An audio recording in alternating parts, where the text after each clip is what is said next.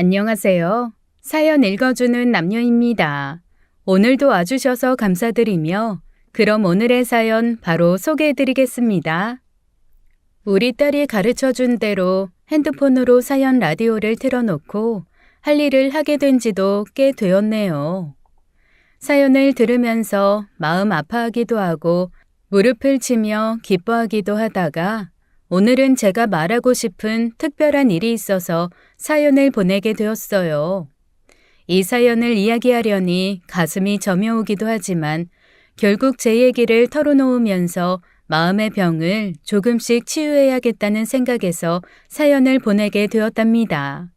무슨 이야기를 먼저 꺼내야 할까요? 우리 집안의 희망이 송두리째 무너져버린 바로 그 이야기부터 시작해야겠어요. 저의 고향은 서울에서 한참 먼 시골이랍니다. 서울에서 우리 집을 오려면 고속버스를 타고 한참을 와서도 하루에 2번 정도 다니는 버스를 오래 기다려 타고 들어와서 또 걸어야 하는 후미진 농촌이었죠. 가지고 있는 논이래야 서너 마지기 정도였고 주로 밭농사를 지었지만 그걸로 우리 남매 넷을 포함한 부모님까지 생계를 해결하기에는 너무나도 힘든 상황이었답니다. 1960년대 당시엔 서울로 무작정 올라가면 공장에서 일자리를 쉽게 잡을 수 있는 시절이었어요. 남동생들이 아직 어릴 때 저는 집을 떠나 서울로 올라와서 한 공장에 취직을 했죠. 그리고 저희 집에는 우리 4남매 중에 부모님의 희망, 아니 온 집안의 희망인 언니가 있었답니다.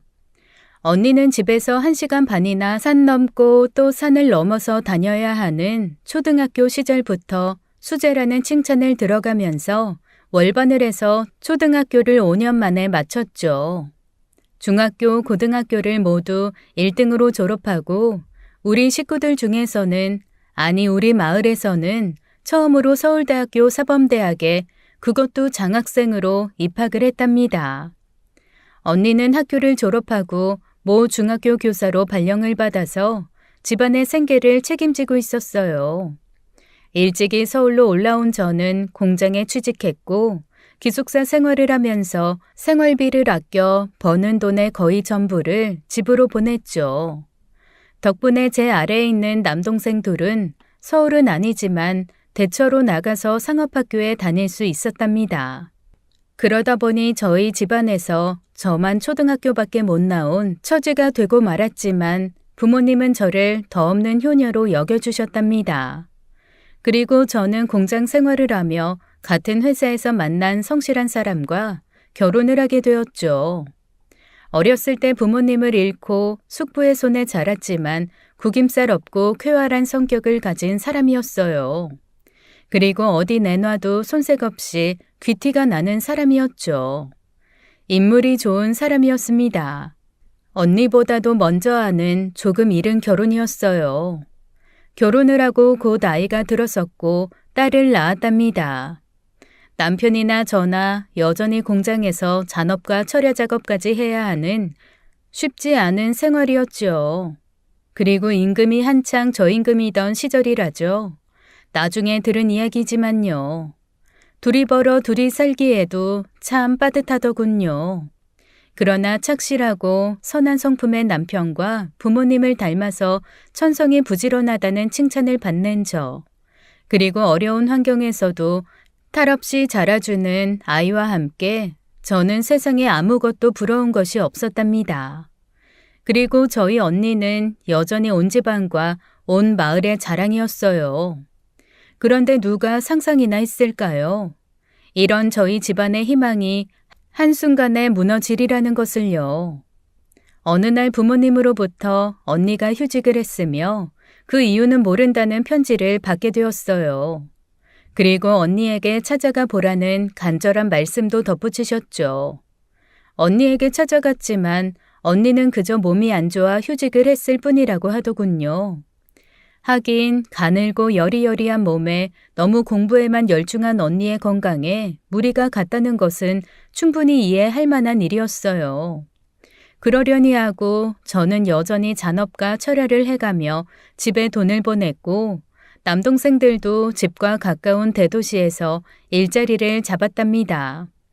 그렇게 약 1년 정도 지났을 때 언니에게서 만나자는 전가를 받았어요. 언니는 예전과는 달리 얼굴이 부어 푸석푸석했고 많이 살이 찐 상태였습니다. 가늘기만 한 언니가 살이 찌는 것은 바람직했지만 결코 건강해 보이지는 않는 안색이었기에 만나자마자 걱정이 되었죠. 희수가, 언니가 미안해. 나하고 얘기 좀 하자. 언니, 갑자기 밑도 끝도 없이 그게 무슨 소리야? 뭐가 미안해? 일단 우리 집으로 가자. 가서 얘기할게. 얘기가 길어. 언니가 자취를 하는 방에 들어섰을 때 저는 그만 기절을 할 정도로 놀라고 말았답니다. 방 안에는 이제 갓 태어난 아기가 꼼지락거리며 누워 있었어요. 저는 도대체 어떻게 된 일인지 몰라 이러지도 저러지도 못하고 있었죠. 언니는 갑자기 울음을 터뜨렸습니다. 그리고 울다가 이야기하다가 언니답지 않게 횡설수설하는 이야기를 대충 정리해보면 이랬어요. 언니는 언니와 같은 학교 대학원을 다니는 남자를 만나 연애를 했답니다. 당시로는 흔치 않은 대학원생, 저는 사실 대학원이 뭔지도 몰랐어요. 대학원에서 박사가 되기 위한 공부를 하고 있던 그 남자는 대학원을 졸업한 후 교수가 되면 언니와 결혼하기로 굳게 맹세했다고 했어요. 한 번도 서로의 변심을 의심해보지 않은 좋은 사이였다는 것이었죠. 그런데 이 남자가 대학원을 졸업하고 박사학위를 받으면서 어느 대학교의 교수가 되었고 언니와 결혼하겠다고 그쪽 집안에 이야기를 했답니다. 그런데 그 집안의 반대가 거셌다고 하더군요. 아버지가 교육자이시고 대대로 물려받은 재산도 많은 시쳇말로 좋은 집안이었어요. 그 집에서 아무 볼 것 없는 집안 출신의 언니를 며느리로 맞아들이는 것을 거세게 반대했다더군요. 그렇게 시댁이 될 집에서 둘의 사이를 반대하는 가운데 언니는 몸에 이상이 있는 것을 느꼈다고 했습니다. 산부인과에 갔고 이미 아이가 3개월째 언니의 몸 안에서 자라고 있다는 것을 알았다더군요. 언니는 아이를 낳기를 원했고 교사의 몸으로 결혼 전에 배가 불러 학교에 출근할 수가 없었기 때문에 아이를 낳을 때까지 휴직을 한 것이라고 설명했죠. 그제야 언니가 갑자기 휴직을 한 이유를 알 수 있었어요. 아이를 낳았고 아이는 건강한 아들이었답니다. 그런데 문제는 바로 아이 아빠의 태도였어요. 집안에서 계속 거세게 반대하자 아름아름 마음이 기운 것 같다는 것이었죠. 요즘이야 세상이 좋아져서 아이를 얼마든지 엄마의 호적에 올릴 수 있지만 당시만 해도 아이의 아빠가 허락하지 않으면 아이를 호적에 올릴 수 있는 방법이 없었습니다. 사생아, 지금은 없어진 말이지만 그때 바로 그 조카 아이는 언니가 사귀던 그 남자의 허락이 없으면 호적에 올라갈 수도 없고 제대로 취학을 할 수도 없는 처지가 되고 마는 것이었죠. 언니가 아기를 낳자 남자의 태도는 완전히 변했다고 하더군요. 언니는 이미 우리가 아는 그 지적이고 이성적인 모습이 아니었어요. 어찌할 바를 모르고 눈에 초점도 흐려진 모습이었죠. 언니의 이야기가 끝나자 우리 자매는 그냥 서로 붙잡고 서럽게 울었습니다. 시골의 한미한 집안에서 태어났다는 사실이 생전 처음 아프게 실감나더군요. 희수가 이 아이를 네 남편 호적에 올려줘. 부탁이야. 언니는 이런 엄청난 제안을 했습니다. 우리 부모님께도 알리지 말고 그저 네가 낳은 아기로 해서 호적에 올려줘. 양육비는 내가 학교에 다시 복직하면 충분히 키울 수 있도록 보내줄게. 제부하고 의논을 좀 해줘. 긍정적으로 생각할 수 있도록 제발 설득해줘, 희수가. 남편에게 차마 입이 떨어지지 않았지만 결국 남편을 붙잡고 의논을 했습니다. 어떻게 그런 일이? 그런 나쁜 놈이 세상에 어디 있어? 그냥 넘어갈 일이 아니구만. 마음이 떠나서 영 희망 없는 사람을 이제 와서 어쩌겠어요. 그것보다는 지금 우리 언니가 처해 있는 상황이 더 심각하잖아요. 우리 아니면 언니를 도울 수가 없어요.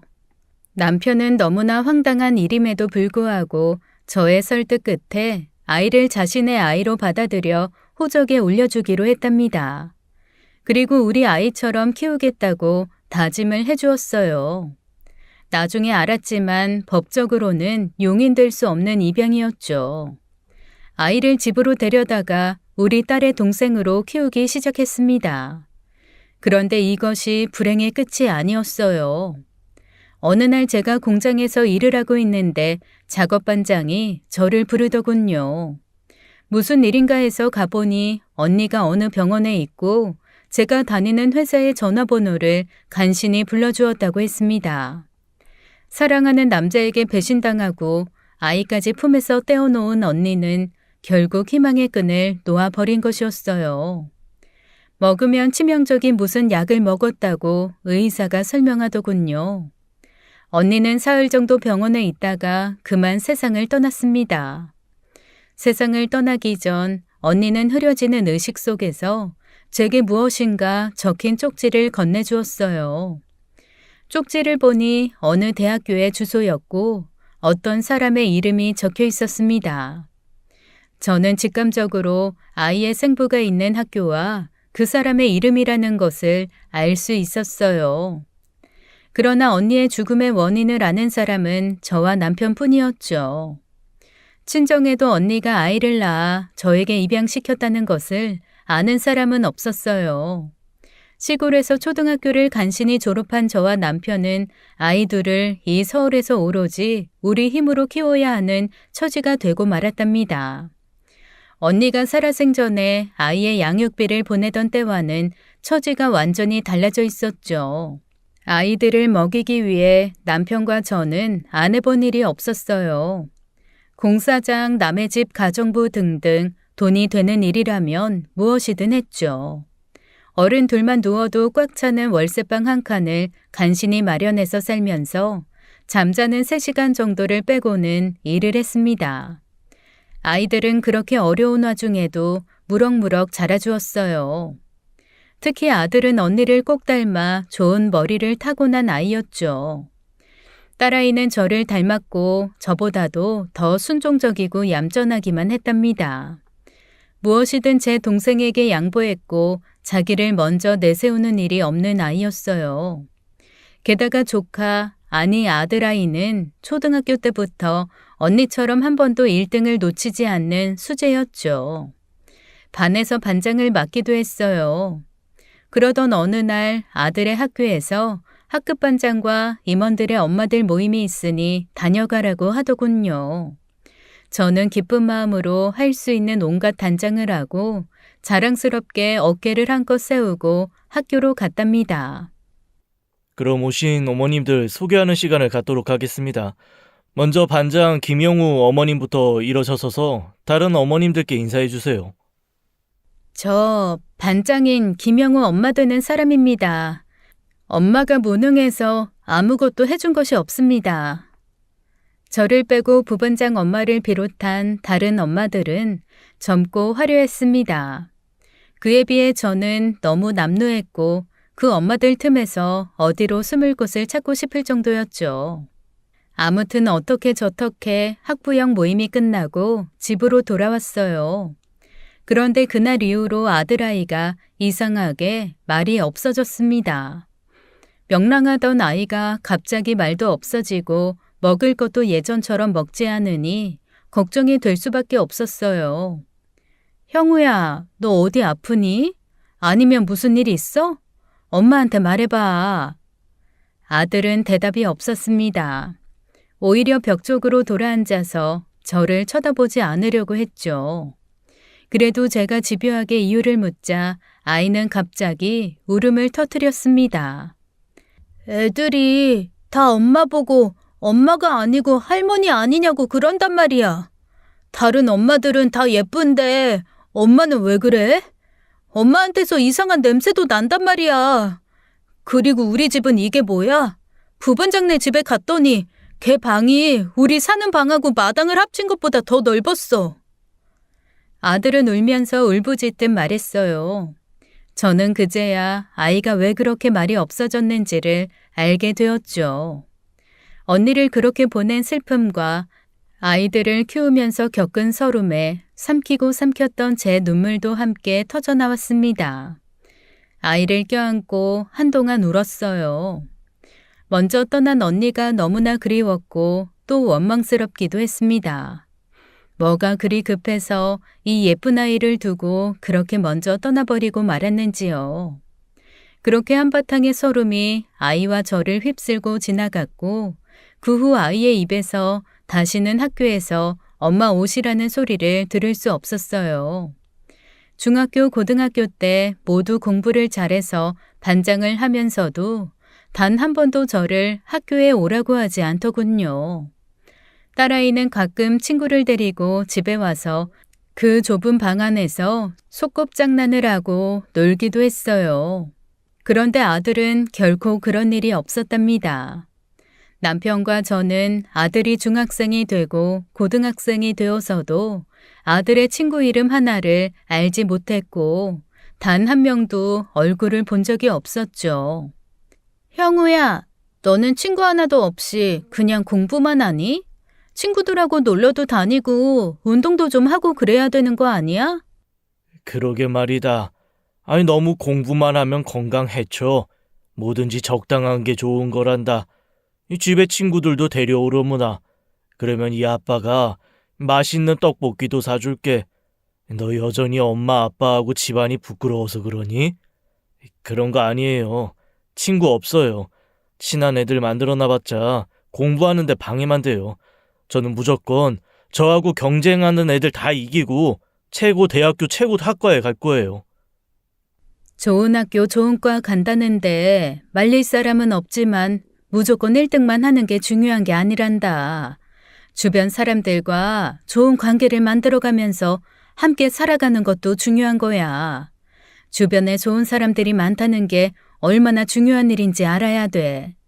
사람은 항상 혼자 되었을 때를 대비하고 살아야 한단다.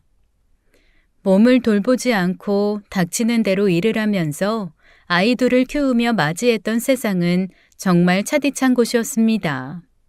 한강물의 절반이 저의 눈물이었다고 해도 과언이 아니었죠.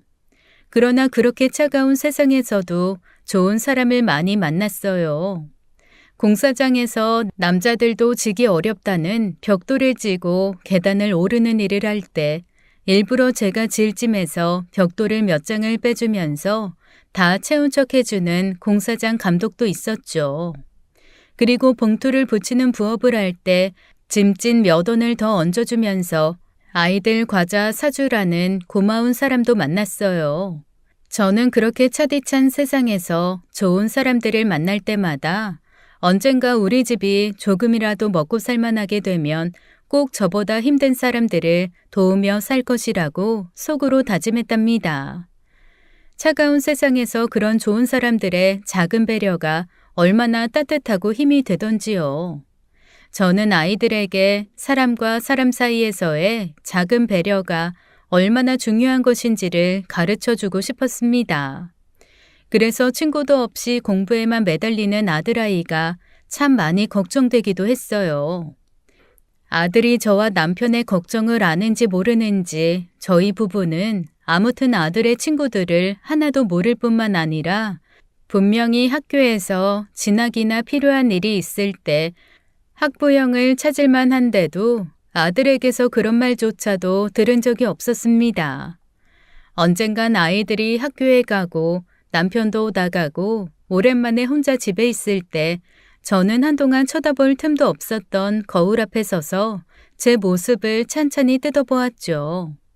아들은 이제 고등학생인데 거울 안에는 평생 농사일에 찌든 저희 친정 어머니보다도 더 늙어 보이는 낯선 여인이 서 있었습니다. 다시 한번 서름이 저를 휩쓸고 지나갔죠. 아이들이 없는 틈에 실컷 놀고 난 저는 더 이를 악물었습니다. 아들을 대학에 보내려면 더 노력해야 했어요. 아주 좋은 학교에 갈 성적이 되지는 않았지만 웬만한 성적을 유지하고 있었던 딸아이는 공부 잘하는 동생의 앞길을 위해 자신이 대학을 포기하겠다고 이미 중학교 때 담담하게 말했습니다. 그것이 또 엄마 아빠의 짐을 덜어주는 것이 될 것이라고도 했죠. 엄마, 나 고등학교 빨리 졸업하고 어디든 취직해서 돈 조금씩이라도 벌 거야. 엄마랑 아빠 조금이라도 덜 힘들게. 엄마, 손이 이게 뭐야? 나무 껍질 같잖아. 엄마, 나 취직해서 첫 월급 타면 엄마 손에 바를 핸드크림 제일 먼저 사줄게. 너도 대학교에 가야지. 그래야 멋진 신랑감도 만날 수 있을 거란다. 엄만 하나도 힘들지 않으니까 대학 포기할 생각하지 마라. 아빠도 초등학교밖에 안 다녔지만 세상에서 제일 좋은 분이잖아. 꼭 공부 많이 한 사람이라고 다 아빠처럼 좋은 사람 아니라는 거 나 잘 알아요. 이렇게 어린아이답지 않은 말을 하면서 딸은 굳이 대학교에 가라고 하는 저를 오히려 설득했답니다. 저는 여러 번 딸에게 대학교를 포기하지 말라고 했지만 딸아이는 고집을 꺾지 않았어요. 그런 여력이 있으면 제 동생을 더 지원하라고 했죠. 그런 딸아이의 마음 씀씀이가 차가운 세상에서 저를 배려해주던 그 따뜻한 사람들의 손길 같았어요. 저와 남편은 딸의 표현대로 손이 나무 껍질보다 더 단단하게 되도록 노력을 해서 아이들의 초등학교에 들어갈 무렵에는 간신히 서울역 근처에 한 골목에 막대기로 기둥을 세우고 그 위에 포장을 친 국수를 만들어 파는 가게를 운영하게 되었답니다. 그럴듯한 점포가 있었던 것도 아니고 그저 테이블 서너 개만 놓고 시작한 일이었어요. 공장에서 버는 빠듯한 월급보다 더 많은 돈을 만질 수는 있었지만 아직도 생활은 여유롭지 않았어요. 그래도 공사장, 남의 집 일 등으로 떠돌아다니지 않는 것만 해도 행복했답니다. 그러나 그 무엇보다도 그 어려운 환경을 이기고 공부를 잘해서 수제 소리를 듣는 아들과 집안 형편 탓에 너무 일찍 철이 들어버렸지만 눈에 넣어도 아프지 않을 따뜻한 마음을 가진 딸내미가 제 행복의 전부였어요. 드디어 아들은 고등학교를 졸업하고 그 어렵다는 서울대학교 의대에 입학했죠. 아들의 합격 소식을 들은 날 저는 언니 생각에 슬픈 눈물을 감출 수 없었지만 또한 아들의 합격 소식에 기쁨의 눈물을 흘렸어요. 그런데 이 기쁜 소식에도 마냥 기뻐할 수만은 없는 것이 바로 등록금 문제였습니다. 국수 가게가 그럭저럭 되어가고는 있었지만 아직은 내 식구 먹고 사는 일 정도만 예전보다 조금 여유 있게 해결할 수 있었거든요. 남편과 저의 씨름은 깊어졌어요. 의과대학의 등록금은 다른 학과의 등록금보다 많이 비싸더군요.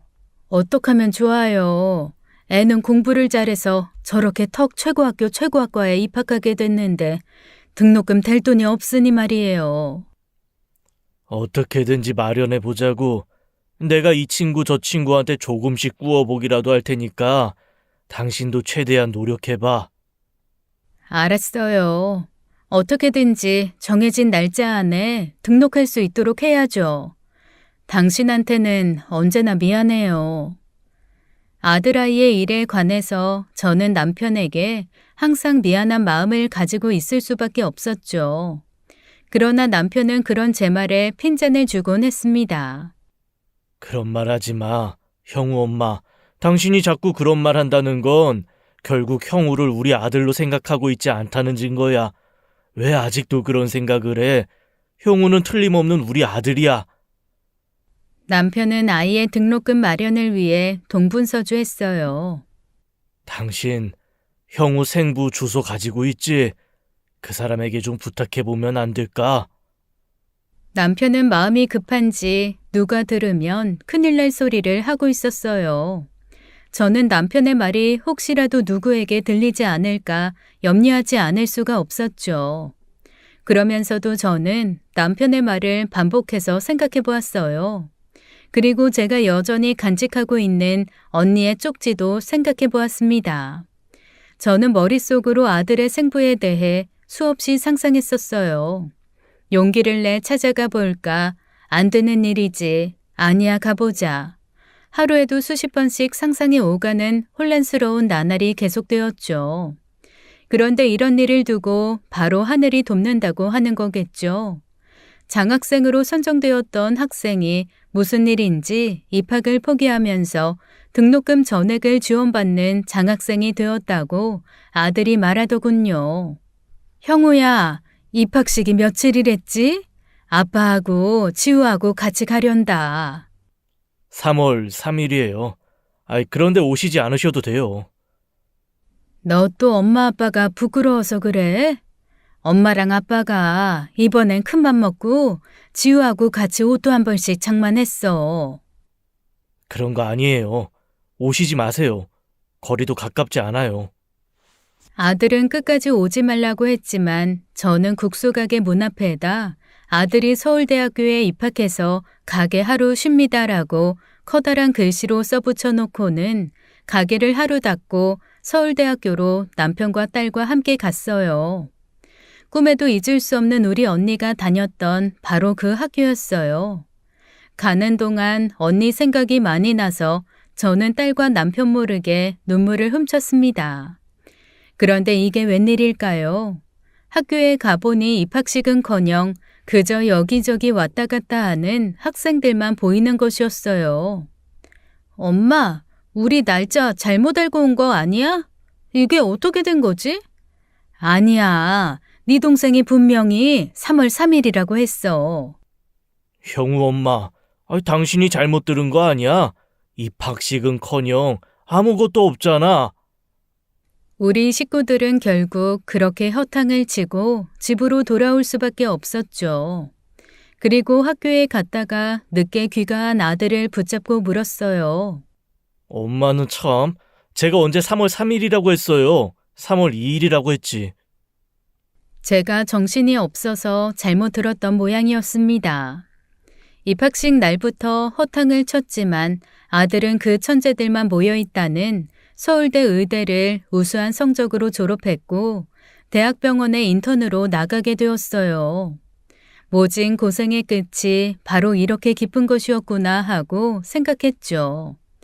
남편과 저는 국수가게 운영에 더욱 열심히 매달렸어요.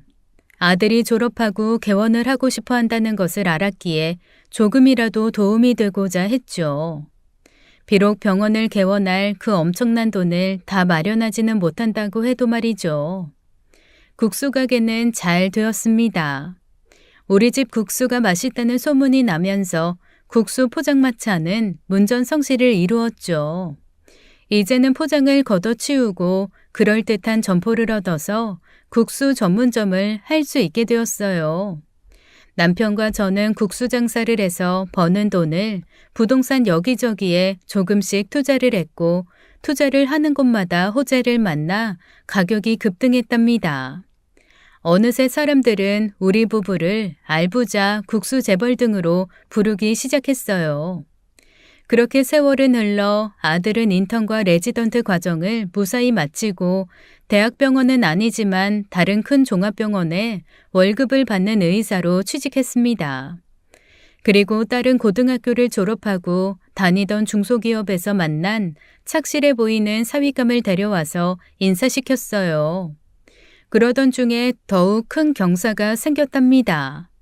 실력 있는 의사로 경력을 키워가던 아들이 드디어 결혼하고 싶은 여자가 생겼다는 것이었어요. 아이고, 정말 잘 됐구나. 어떤 아이냐? 어떤 아이길래 우리 의사 선생님 마음을 이렇게 훔쳐간 거야? 제가 지금 일하고 있는 병원에서 만난 사이예요. 집안도 좋은 아이예요. 아버지 어머니도 모두 의사이신 의사 집안이에요. 곧 같이 개원할 거예요. 조만간 인사시킬 텐데 집이나 가게 말고 다른 곳에서 만나요. 장소는 제가 정해서 알려드릴게요. 누나는 결혼 얘기 없어요? 네가 짝이 생긴 이상 지우 결혼도 서둘러야겠구나. 그래야 네가 빨리 결혼하지. 누나보다 앞서서 결혼하는 건 좀 그렇지. 나와 남편 그리고 딸은 아들이 나오라고 하는 어느 호텔 레스토랑에서 예비 며느리를 만났죠. 재색을 겸비한 아이였어요.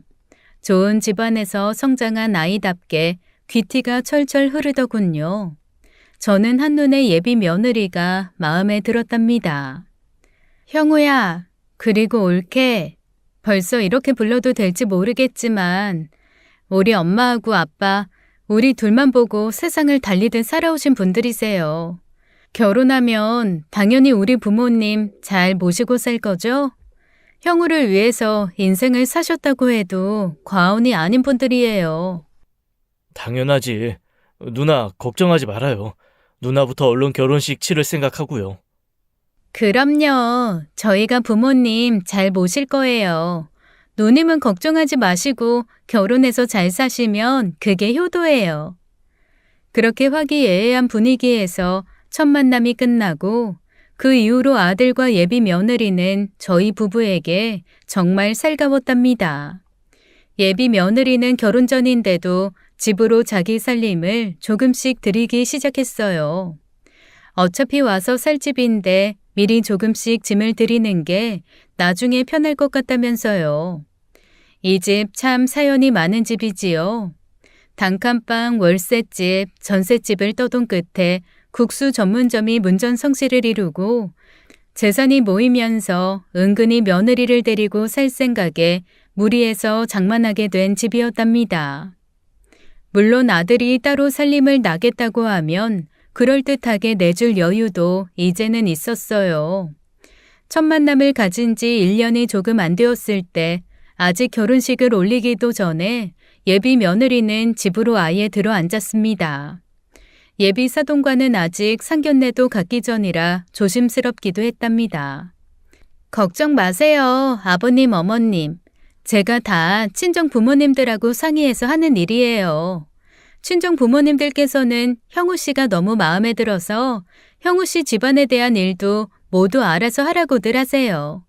그리고 혼인신고는 먼저 할 거예요. 예비 며느리, 아니 혼인신고를 했으니 이제 며느리겠죠.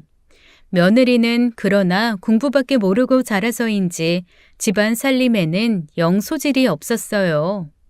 저도 국수 가게 때문에 바쁘고 해서 집에서 일할 사람을 하나 들이기로 했죠. 며느리는 친정에서 소개해주는 사람을 드리고 싶다고 하더군요. 나쁠 것 없는 일이었죠. 며느리는 보기에도 믿음직한 아주머니 한 분을 데리고 왔습니다. 저 역시도 아주머니에게 모든 것을 맡기고 가게 일에 열중할 수 있어서 좋았어요. 아들은 바빠서 거의 귀가가 늦었고 며느리는 며느리대로 병원 일에 바빴죠. 딸 역시 결혼해서 우리 집에서 멀지 않은 곳에 신혼살림을 차렸고 결혼한 지 1년쯤 되었을 때 곧 손주가 태어날 것임을 알려주었습니다.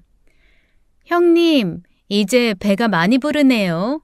언제가 산딸이랬죠? 왜? 부러워? 너무 일에만 열중하지 말고 이제 엄마 아버지께 손주 소식 전해줄 때 아닌가? 그래요, 부러워요. 그런데 결혼식 한 다음에요.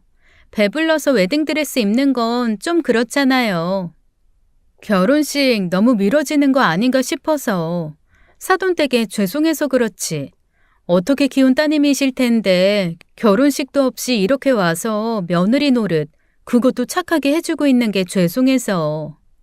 그래 아가. 사돈 댁에 면목 없는 노릇이니 얼른 상견례하고 서둘러 결혼식 날짜 잡자꾸나.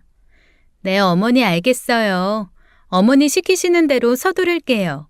형우 씨도 어머님 아버님 말씀이라면 하느님 말씀으로 아는 사람이니까 의논할게요. 원해도 참. 이렇게 행복만이 가득 찬 나날이 흘러가고 있었어요. 그런데 사람의 욕심이 끝이 없다고 했던가요? 나무랄 데 없는 며느리까지 데리고 나니 손주 생각이 간절해지더라고요. 그래서도 더욱 아들과 며느리에게 결혼식을 서두르라고 했죠. 그러던 어느 날 아들과 며느리가 저에게 말하더군요. 엄마, 결혼식 곧 할 텐데 이 사람이나 나나 바빠서 신혼여행 갈 시간이 없어요. 그래서 가까운 일본으로나 하루 이틀 다녀올 생각인데 엄마랑 아버지도 같이 가세요. 그렇게 하세요, 어머니. 일본이 온천이 좋잖아요. 저희도 피곤하고 해서 온천 쪽으로 가고 싶고 어머님, 아버님께도 좋을 것 같아서 그렇게 하자고 했어요. 늙은이들이 왜 아들 신혼여행에 끼어? 얘들도 참 별소리를 다 하는구나. 그래. 너희들끼리 오붓하게 다녀오려구나. 우리는 그저 가까운 온양 온천에나 한번 다녀오면 되지 않겠냐. 이렇게 말하긴 했지만 사실 남편과 저는 내심으로는 좋았답니다. 그렇지만 주책 없이 금방 그러자꾸나 할 수야 있나요?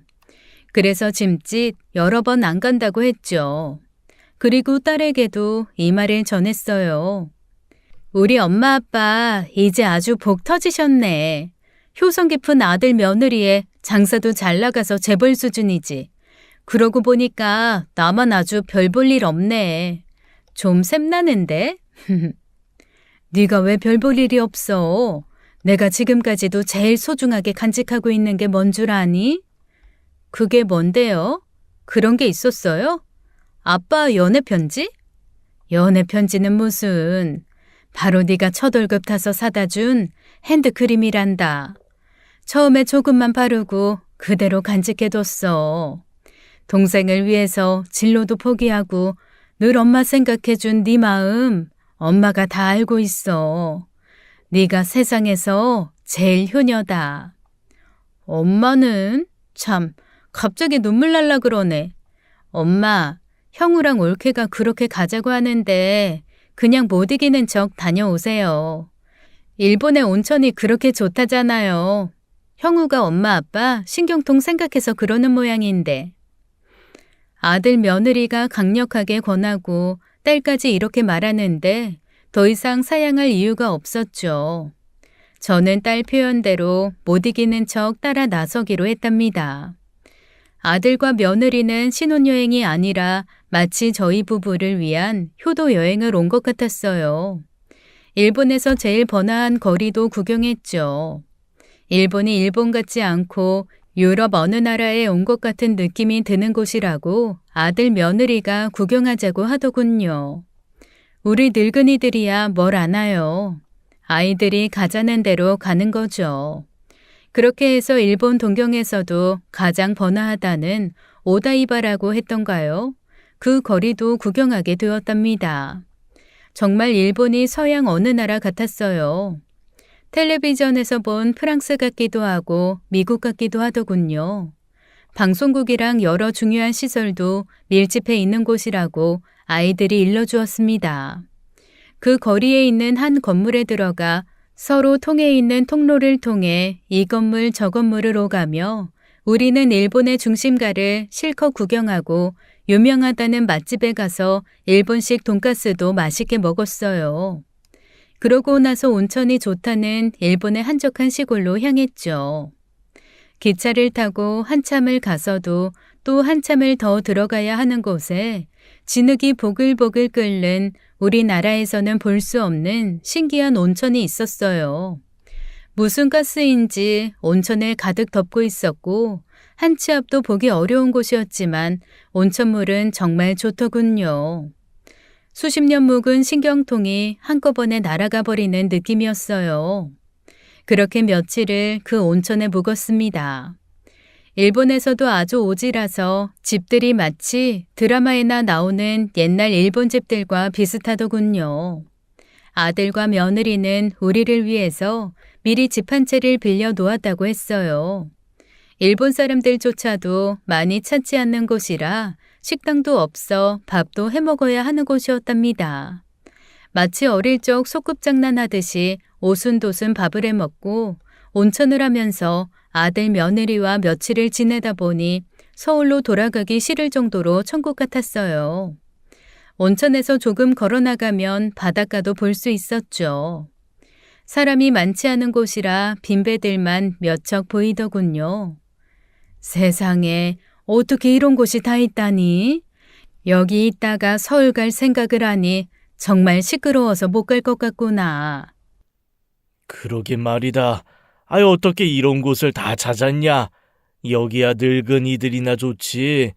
너희 같은 젊은 애들이 뭐가 재밌었겠니? 우리 때문에 너희들이 생각 많이 한 것 같구나.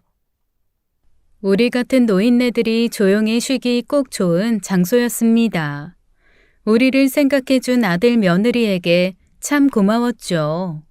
남편과 나는 바닷가를 거닐면서 말했답니다. 나중에 더 늙으면 이런 곳에 와서 여생을 보내자고요. 여행을 와서 며칠을 그렇게 보내고 아이들이 배를 타고 바다를 좀 돌아보자고 하더군요. 온천에서 뿜어나오는 가스 덕분에 바다에 안개가 잔뜩 낀 것 같은 모양새였습니다. 꼭 영화에나 나올 것 같은 배경 속에 들어가 있는 기분이었죠. 아이들 말로는 한참을 나가도 허리 높이밖에 안 되는 얕은 바다라고 하더군요. 정말로 땅과 인접한 바닷물은 무릎 정도밖에 안 될 정도로 얕았고 그림 같은 작은 배가 떠 있었어요. 남편과 저는 그 배에 몸을 실었습니다. 배가 살랑살랑 움직였고 남편과 저는 어릴 때 시골 동네에 흐르는 개천에서 물놀이를 하는 어린 아이들 같이 서로에게 물을 튕기며 놀았죠. 이런 것을 신선 노름이라고 하는 것이겠죠. 아이들을 키우기 위해 겪어야 했던 그 모진 고생들이 이제 정말 다 옛날 일이 되어 있었어요. 아들과 며느리는 따로 오붓하게 시간을 보내는지 한참을 나오지 않더군요. 우리 두 늙은이는 아들 며느리를 방해하지 않기 위해서 배 위에서 한참 더 시간을 보냈답니다. 얼마나 시간이 흘렀을까요? 아이들은 아직 나오지 않고 있었어요. 배 위에서 바라보는 안개가 낀 것 같은 풍경이 너무 좋아 아이들과 같이 보고 싶더군요. 그래도 아이들을 방해하지 않아야 손주도 빨리 볼 수 있겠죠. 우리는 배 안에 있는 노를 저어 바닷가에서 조금 더 떨어진 곳으로 나가보았답니다. 유황인지 무슨 가스인지 안개가 자욱해서 바다의 깊이를 알 수 없었기에 좀 두렵기도 했지만요. 남편이 바다로 내려서더군요. 해변에서 한참을 나왔는데도 바다는 깊지 않은 것 같았어요. 여전히 시골의 시냇물처럼 얕은 바다. 남편은 마치 어린아이가 된 것처럼 바지를 걷고 물속을 텀벙거리며 걸어다니더군요. 그러다가 한순간 갑자기 남편의 모습이 시야에서 사라졌어요. 분명 얕은 바다라고 텀벙거리며 걷던 사람이 시야에서 사라져버리고 나니 겁이 더럭 나더군요. 얕은 바다라고 알고 있던 곳에서 갑자기 깊은 바다를 만난 것이 틀림없었습니다. 형우 아버지! 형우 아버지! 어딨어요? 형우 아버지! 대답이 없었습니다. 몇 번을 더 불러보아도 대답이 없자 저는 울면서 아이들이 있는 집으로 뛰어갔어요. 아이들은 이야기를 듣고 나더니 이곳은 핸드폰도 잘 터지지 않는 곳이지만 외부에 연락을 취해보겠다고 하면서 남편이 사라진 바다 쪽으로 뛰어나갔죠. 그리고 잠시 후 다시 돌아오더니 외부와 연락이 닿았다면서 제 아버지를 찾겠다고 다시 나가더군요. 저는 그저 울면서 아이들과 남편이 돌아오기를 기다리는 수밖에 다른 도리가 없었어요. 그런데 한참이 지나도 아이들과 남편은 돌아오지 않았습니다. 정신을 차려보니 주변이 무섭게 고요하더군요. 온 세상 사람들이 다 사라지고 저 혼자 남은 것 같은 느낌이었어요. 그래도 아이들이 외부와 연락이 닿았다고 했으니 누가 와도 오겠지 하는 믿음이 처음에는 있었죠. 그런데 시간이 지날수록 그 믿음은 부질없는 것이 되고 있었어요. 남편도 아이들도 한참이 지났는데도 돌아오지 않고 있었습니다. 저는 문득 아이들이 남편을 찾아 깊은 바다로 들어갔다가 변을 당한 것이 아닐까 생각했죠. 제 아버지를 찾겠다고 둘 다 바다에 뛰어들었다가 생각보다 깊은 바다에 변을 당한 것이 틀림없었어요. 저는 이제 이성을 잃고 집 밖으로 뛰쳐나갔습니다. 형우야! 형우 아버지! 아가! 마음이 급하니 핸드폰도 어디 있는지 찾기 어렵더군요. 아이들이 분명 외부와 연락이 닿았다고 했으니 핸드폰이 있으면 연락이 될 것 같았어요. 그러나 핸드폰을 어디 두었는지 도저히 찾을 수가 없었습니다. 여전히 남편과 아이들을 목 놓아 부르면서 미친 듯이 바닷가를 헤맸어요. 우리가 탔던 배가 바람에 밀려왔는지 가까운 바닷가에 떠 있었지만 그 배에는 남편도 아이들도 없었습니다. 그렇게 보이지 않는 아이들과 남편을 목 놓아 부르다가 바닷가에서 정신을 잃었었나 봐요. 꿈일까요? 얼핏 한국말이 들리는 듯 했습니다. 모든 것이 한순간의 꿈만 같았고 제정신이 아닌 와중에도 남편과 아이들이 걱정되어 미칠 것만 같았어요. 저도 모르게 입에서 외침이 새어나왔습니다. 도와주세요. 우리 아들 며느리, 아이들 아버지가 무슨 변을 당한 것 같아요. 나 길 몰라요. 도와주세요. 듣는 사람이 있건 없건 무의식 중에 외쳐댔어요. 그리고 어느 순간 눈물이 얼굴을 흥건하게 적시도록 흐르고 있다는 것을 느꼈죠. 듣는 사람이 있을 것 같지 않은 오지라는 것을 알면서도 저는 그저 미친 사람처럼 한 말을 또 하고 또 하는 수밖에 없었습니다. 거의 실신을 해가는 중에 다시 얼핏 한국말이 들리는 듯 했어요.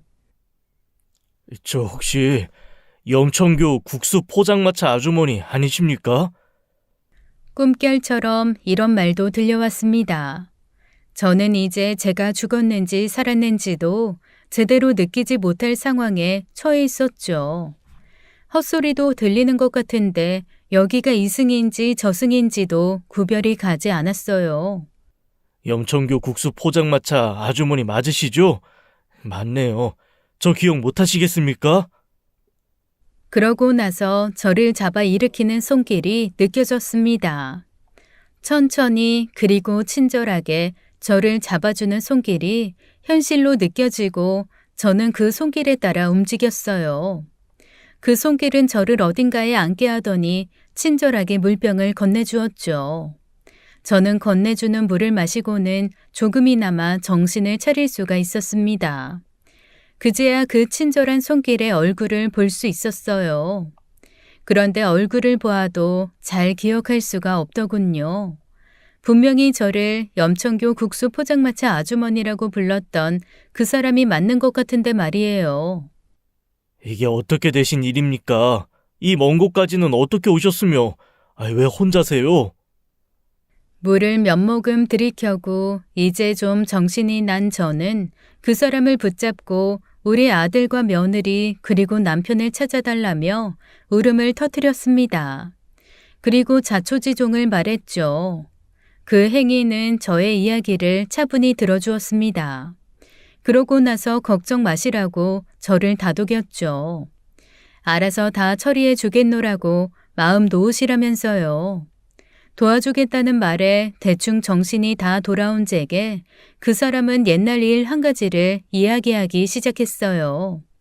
저와 남편이 서울역 근처에서 포장을 치고 테이블 서너 개를 놓고 장사를 시작한 지 얼마 안 되었을 때의 이야기였죠.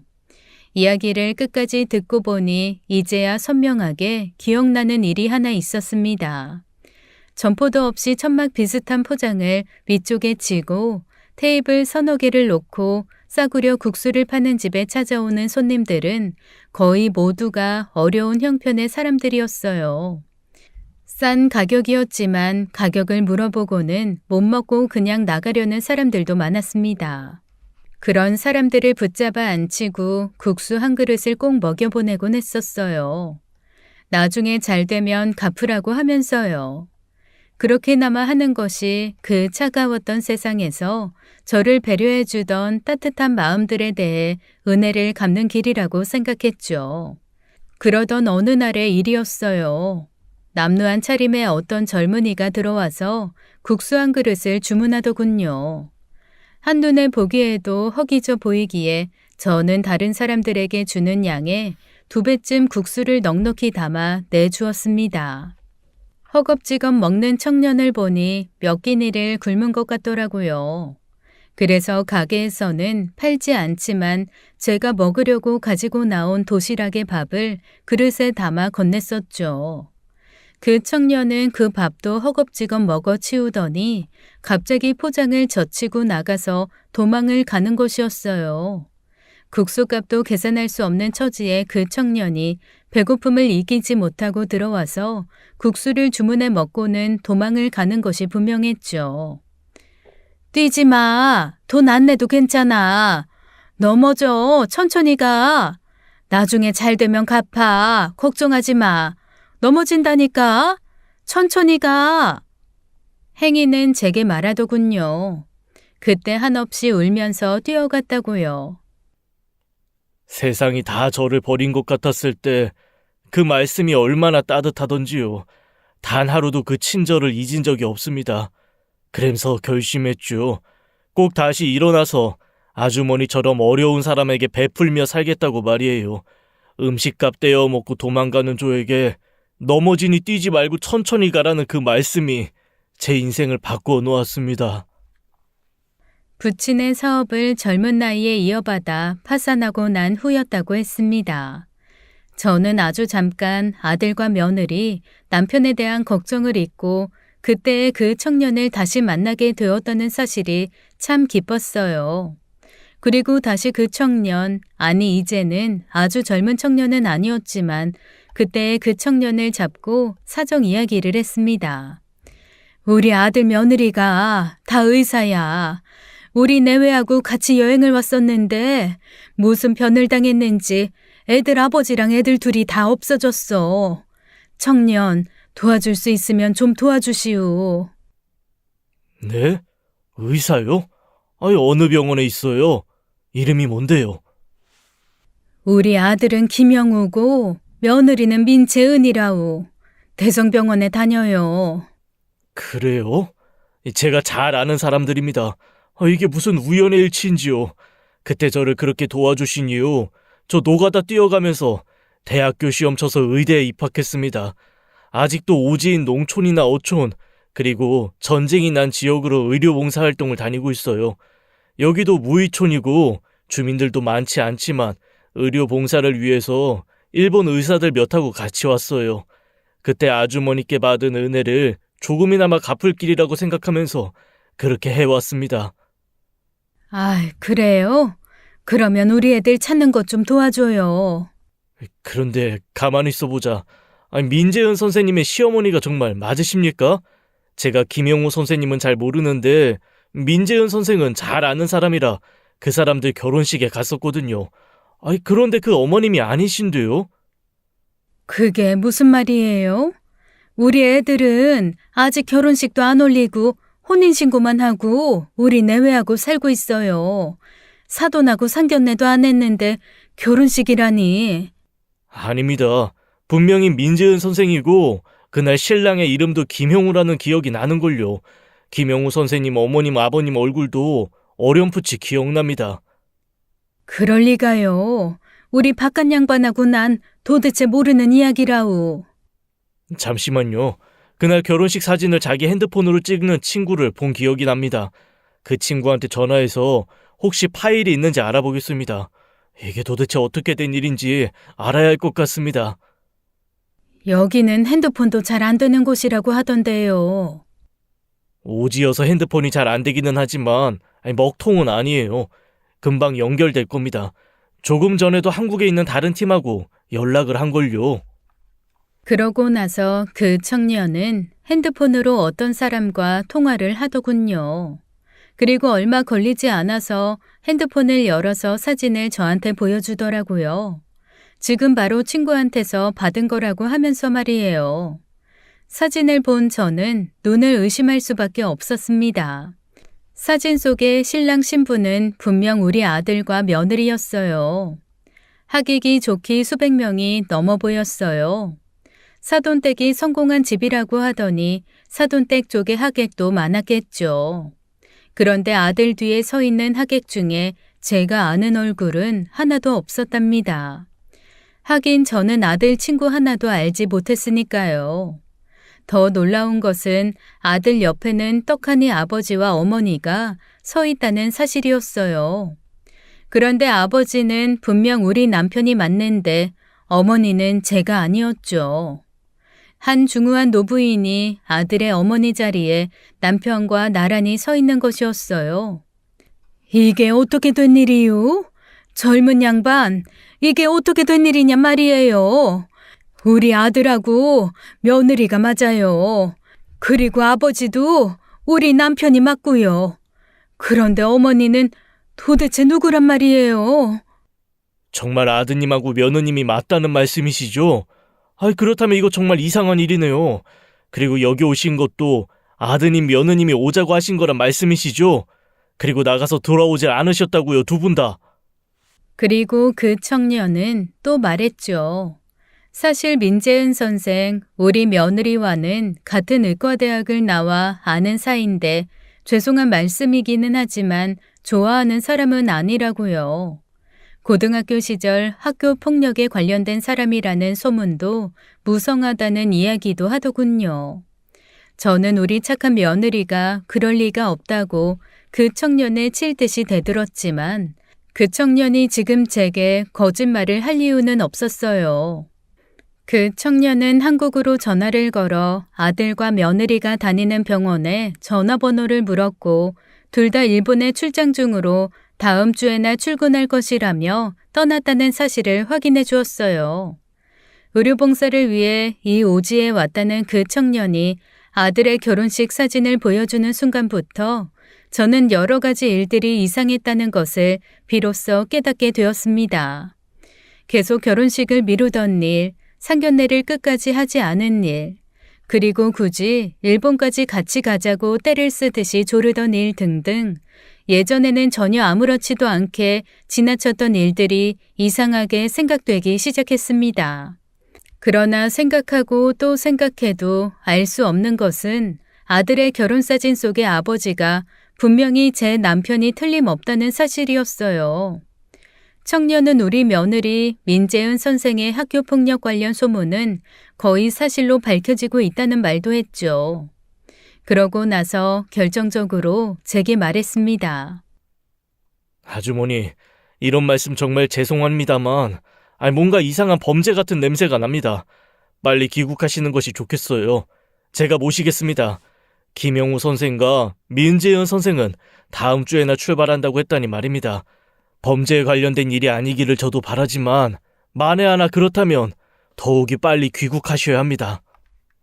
청년은 가진 돈도 한 푼 없는 나를 두고 사라져버린 아들과 며느리 대신 비행기 표를 사서 함께 귀국해 주었어요. 그리고 귀국해서도 그 청년은 친절하게 집에까지 동행해 주었죠. 도어락 비밀번호를 누르고 들어가자 가정부 아줌마가 저를 보고 얼굴이 하얗게 질린다는 것을 육안으로도 알 수 있었죠. 아줌마, 뭔가 알고 있구만. 어떻게 된 일인지 얘기해줘야겠어요. 아주머니. 아주버님, 사실대로 말씀하셔야 합니다. 만일 아드님과 며느님이 어머니를 고의로 일본에 버렸다면 그건 명백한 범죄입니다. 아주머님도 공범으로 처벌받지 않으시려면 있는 사실대로 말씀해 주셔야 합니다. 그래야 참작이라도 돼요. 나는 아는 게 없어요. 그냥 여기 와서 일하라고 했고 며느님이 알아내라는 일 몇 가지 알아내주고 그리고 뭐요? 일본으로 떠나고 나서 다음 날 어머니 아버지의 조난 신고를 비밀리에 해달라고 해서 그것만 했어요. 나는 사실 아드님하고 며느님이 고용하신 결혼식 때 어머니 역할 한 사람하고 같은 사무실에 있어요. 보수가 좋아서 그만. 그 청년이 믿을 수 있는 사람이라며 소개해준 변호사의 도움을 받아 내가 모르던 사실을 알 수 있었어요. 우선 남편과 내가 동시에 배가 가라앉아 조난을 당한 것으로 신고되어 있더군요. 저는 우리 집 대문에 붙어있던 도어락을 뜯어내어 완전히 새 것으로 바꾼 다음에 비밀번호까지 바꿔버렸죠. 그리고 아들과 며느리의 짐을 모두 챙겨서 바깥으로 내다 버렸어요. 비싼 컴퓨터며 그 잘난 책들이며 할 것 없이 모두 내다 버렸습니다. 제가 그렇게 모진 고생을 할 때 오직 하나의 의지는 아이들이 잘 자라주고 있다는 것이었어요. 공부를 잘한다는 것, 그것도 자랑스러웠지만 무엇보다도 착한 아이들로 자라고 있다는 것을 의심해 본 적은 없었습니다. 그런데 아들이 저도 모르게 가짜 어머니를 동원해서 결혼식을 올리고 아무렇지도 않게 며느리를 집으로 데려와 저와 같이 살았다는 사실을 생각하니 기가 막히더군요. 딸에게 숨긴다고 숨겨질 수 있는 일이 아니었어요. 언제 알아도 알게 될 일이었죠. 딸과 사위에게 사실을 털어놓고 대책을 세우기로 했습니다. 사위는 여기저기서 사람을 사기도 하고 직접 알아보기도 하면서 사실을 캐들어가기 시작했어요. 사위와 변호사의 도움으로 일본에서 돌아온 지 며칠 안에 사돈집의 연락처도 알게 되었죠. 장모님, 어렵더라도 사돈댁 사람들을 만나보는 것이 순서일 것 같아요. 장모님 말씀 들어보니 처남댁은 모든 사실을 알고 있는 것 같아요. 사돈댁 어른들도 속았을 수 있어요. 엄마, 이게 도대체 무슨 일이에요? 형우가 어떻게? 엄마 아닐 거예요. 우리가 뭘 잘못 알아도 단단히 잘못 알고 있는 거예요. 그리고 아버지가 큰 변을 당하신 것 같아요. 어떡해요? 사돈집에 연락해서 만나자고 했습니다. 어렵사리 성사된 만남의 자리에서 사돈들은 어리둥절해 하더군요. 자신들은 이미 어떤 대학교 총장이라고 하는 박가사돈과 그 부인인 안사돈과 상견례를 하고 여러 번 만나서 아이들의 혼사에 대해 의논했으며 당연히 그 사람들을 사돈으로 믿었다고 했습니다. 아들의 어머니라는 사람이 가짜 사돈이라는 것을 알게 된 사돈 부부는 일의 자초지종을 듣고는 마침내 눈물을 보이더군요. 저는 사돈 내외의 이 말을 듣고 혼란에 빠지고 말았어요. 남편은 그렇다면 가짜 아내를 앞세우고 아들의 결혼식에 참석한 것이 되죠. 그리고 대학 총장이라니요. 남편은 시골에서 초등학교밖에 다니지 않은 촌부인데 대학 총장이라는 것은 또 무슨 이야기인지 도무지 갈피를 잡을 수가 없었답니다. 그러나 어쨌든 일본의 그 온천에서 바닷속으로 사라지는 것을 목격했기에 딸처럼 저도 남편에 대한 걱정을 접을 수가 없었어요. 며칠 후 우리 집 대문의 도어락 소리가 삑삑거리며 울렸습니다. 열릴 리가 없죠. 몇 번을 더 눌러도 안 되자 문을 쾅쾅 두드리는 소리가 들렸어요. 아주머니 문 여세요. 도어락은 왜 마음대로 바꾸셨어요? 이 아줌마가 정말 미쳤나 봐. 마음대로 이게 무슨 짓이에요? 시키는 일이나 잘하고 있을 것이지. 저는 직접 대문을 열기 위해 나갔습니다. 문을 열자 아들과 며느리는 그야말로 기겁을 하더군요. 며느리는 심지어 다리에 힘이 풀려서 쓰러지려고 했어요. 그런 며느리를 아들이 부축했고 둘의 얼굴은 정말 유령이라도 본 듯 혼비백산한 모습이었죠. 엄마가 여길 어떻게... 왜? 이 엄마가 일본에서 죽었을 줄 알았니? 내가 너를 이렇게 키우지 않았는데 이게 도대체 무슨 짓이냐? 너희 둘 다 이 사회를 이끌어가야 하는 사람들이야. 니들이 벌인 일에 대해서 받을 벌을 받고 뉘우치길 바란다. 그리고 도대체 네 아버지는 어떻게 된 거냐? 아버지는 무사하세요. 남편이 무사하다는 말에 일단 한 가지 걱정은 덜었지만 저는 가슴속 깊은 곳으로부터 슬픔과 분노가 솟구쳐 아들의 얼굴을 쳐다볼 수가 없었답니다. 대문을 쾅 닫고 안으로 들어오면서 마음속으로는 피울음을 울었죠.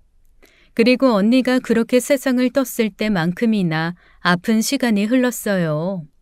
그리고 경찰 조사를 위해 들어간 조사실에서 저는 남편 또래의 남자 한 사람과 마주치게 되었답니다. 처음 보는 사람이었지만 왠지 낯설지 않았어요. 아주 오래전부터 보아온 사람처럼 인상이 친근했죠. 도대체 어디서 봤더라 여러 번 생각하게 하는 사람이었습니다. 그리고 그 인상이 분명해지는 순간 저는 다시 한번 소스라치게 놀라고 말았어요. 제가 아들로 갓난아기 때부터 키워온 우리 형우, 바로 형우와 꼭 닮은 사람이었던 거예요. 엄마, 아니 이모, 이분이 바로 제 생부이시죠. 아들은 모든 것을 포기한 듯 소스라치게 놀라는 제게 마치 선포하듯이 말했어요.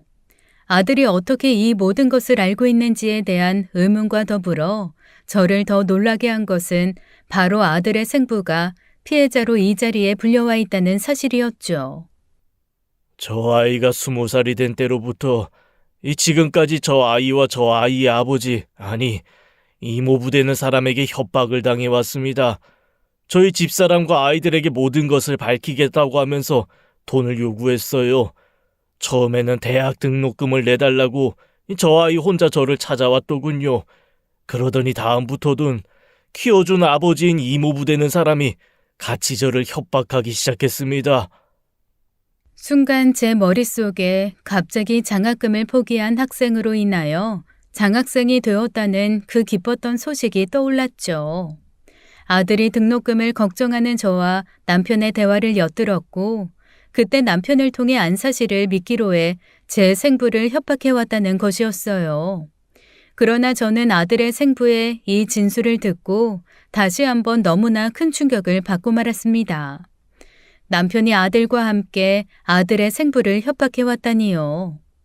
그리고 이어지는 아들의 진술에 따르면 남편은 처음에는 거부했지만 결국 돈에 대한 욕심을 버리지 못했다는 것이었습니다. 저 모르게 은행에다 자신의 명의로 상당한 돈을 예금해 놓고 있으며 상당한 부동산도 소유하고 있다는 사실도 밝혀졌죠. 모두 아들의 생부로부터 뜯어낸 것이었어요. 욕심은 끝이 없다고 그러면서도 저와 공동명의로 되어 있는 재산을 노렸던 겁니다. 변호사로부터 설명을 들은 바로는 한 가지 사고로 인해 동시에 2사람 이상이 실종되었을 때 동시에 사망한 것으로 친다는 것이었습니다. 즉 남편과 제가 동시에 조난을 당했다는 신고를 미리 하도록 손을 써두고 어딘가에 살아있다는 이야기가 되겠죠.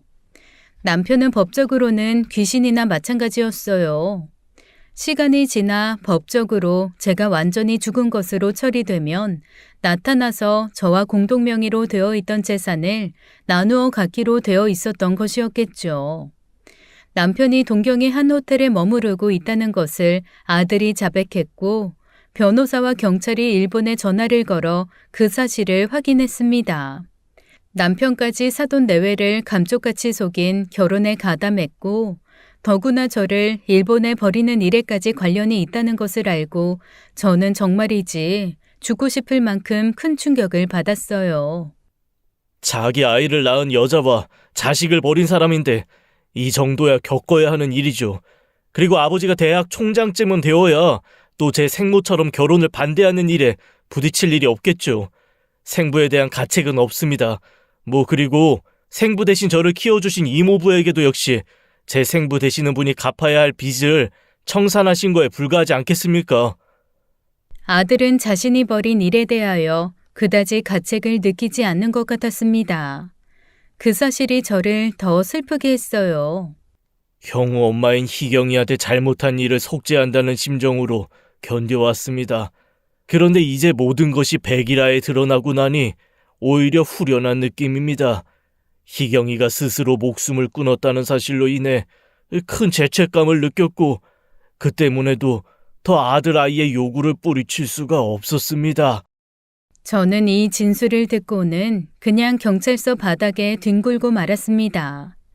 평생을 믿고 살아온 남편의 실체가 명확하게 드러나는 순간이었죠. 아들에 대한 배신감은 또 말해 무엇하겠어요. 그리고 무엇보다도 죽은 언니가 사무치게 아파할 것이라는 생각에 경찰서 바닥에 뒹굴면서 복받쳐 오르는 울음을 참을 길이 없었죠. 저를 도와준 그 변호사는 해석하기에 따라서 아들과 며느리 그리고 남편에게 형법상의 유기죄가 성립될 수 있다는 이야기를 했습니다. 도움을 필요로 하는 사람을 고의로 방치하거나 도움을 필요로 하는 상태를 일부러 만들어 놓는 것도 모두 유기죄로 해석이 가능하다는 어려운 말도 했어요. 며느리가 고등학교 시절 학교폭력 가해자였다는 사실도 피해자들의 진술에 의해 하나둘씩 드러나고 있었죠. 아들과 며느리가 다니고 있는 병원의 소유주가 바로 아들의 생부라는 놀라운 사실도 알게 되었습니다. 그 병원까지도 차지하기 위해 아들과 며느리는 치밀하게 계획을 세웠었더군요.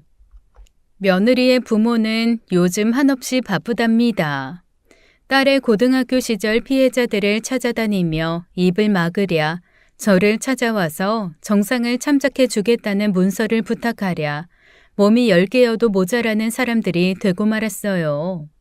저는 그러나 법이 제 아들을 선처해 주기를 바라지 않습니다.